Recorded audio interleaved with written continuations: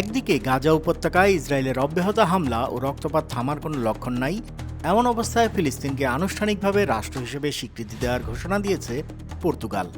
রোববার এই স্বীকৃতি কার্যকর হবে বলে দেশটির পররাষ্ট্র মন্ত্রণালয় জানিয়েছে। আর এই ঘোষণা এসেছে ঠিক সেই সময় যখন নিউ ইয়র্কে শুরু হতে যাচ্ছে জাতিসংঘের সাধারণ পরিষদের অধিবেশন।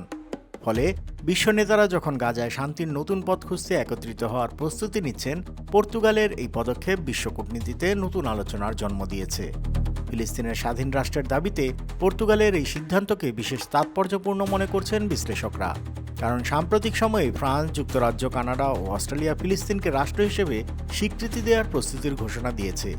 একে একে পশ্চিমা শক্তিধর দেশগুলোর এমন অবস্থান ইঙ্গিত দিচ্ছে যেন দীর্ঘদিনের মধ্যপ্রাচ্য নীতিতে এক নতুন ধারা তৈরি হচ্ছে। তবে এই ঘোষণার তীব্র সমালোচনা করেছে ইসরায়েল। প্রধানমন্ত্রী বেঞ্জামিন নেতানিয়াহু অভিযোগ করেছেন, হামাসের 2023 সালের 7 অক্টোবরের হামলার পর ফিলিস্তিনকে স্বীকৃতি দেওয়া মানে সন্ত্রাসবাদকে পুরস্কৃত করা। ইসরায়েলের এই যুক্তির সঙ্গে একমত পোষণ করেছে প্রধান মিত্র যুক্তরাষ্ট্র। চলতি সপ্তাহে যুক্তরাজ্যের রাষ্ট্রীয় সফরে গিয়ে ব্রিটিশ প্রধানমন্ত্রী কিয়ার স্টারমারের সঙ্গে আলাপকালে মার্কিন প্রেসিডেন্ট ডোনাল্ড ট্রাম্প স্পষ্ট করে বলেছেন তিনি এই স্বীকৃতির সঙ্গে কোনোভাবেই একমত নন।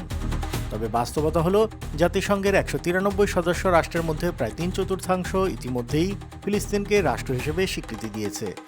2012 সালেই ফিলিস্তিনকে জাতিসংঘের পর্যবেক্ষক অসদস্য রাষ্ট্রের মর্যাদা দেয়া হয়।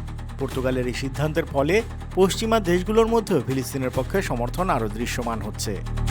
ভূ রাজনৈতিক বিশ্লেষকরা বলছেন, জাতিসংঘের সাধারণ পরিষদের অধিবেশনের আগে এমন ঘোষণা আসায় নতুন করে চাপ বাড়তে পারে ইসরায়েলি সরকার। কারণ ইসরায়েল গাজায় যে ভয়াবহ হামলা চালাচ্ছে তাতে আন্তর্জাতিক মহলে প্রতিদিনই বাড়ছে সমালোচনার ঝড়।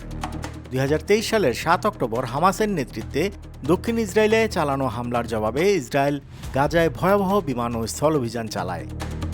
গাজার স্বাস্থ্য মন্ত্রণালয় হিসেবে তখন থেকে এখন পর্যন্ত অন্তত 65,141 জন ফিলিস্তিনি নিহত হয়েছেন। প্রতিদিন হাজার হাজার মানুষ গৃহহীন হচ্ছেন।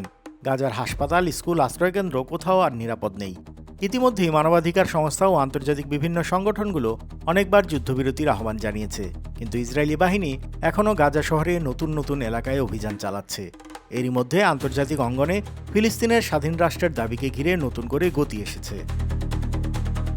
পশ্চিমা বিশ্বের মধ্যে একের পর এক দেশ যখন ফিলিস্তিনকে রাষ্ট্র হিসেবে স্বীকৃতি দিচ্ছে, তখন ইসরায়েল ও তার প্রধানমন্ত্রী যুক্তরাষ্ট্রের কূটনৈতিক চাপ বাড়ছেই।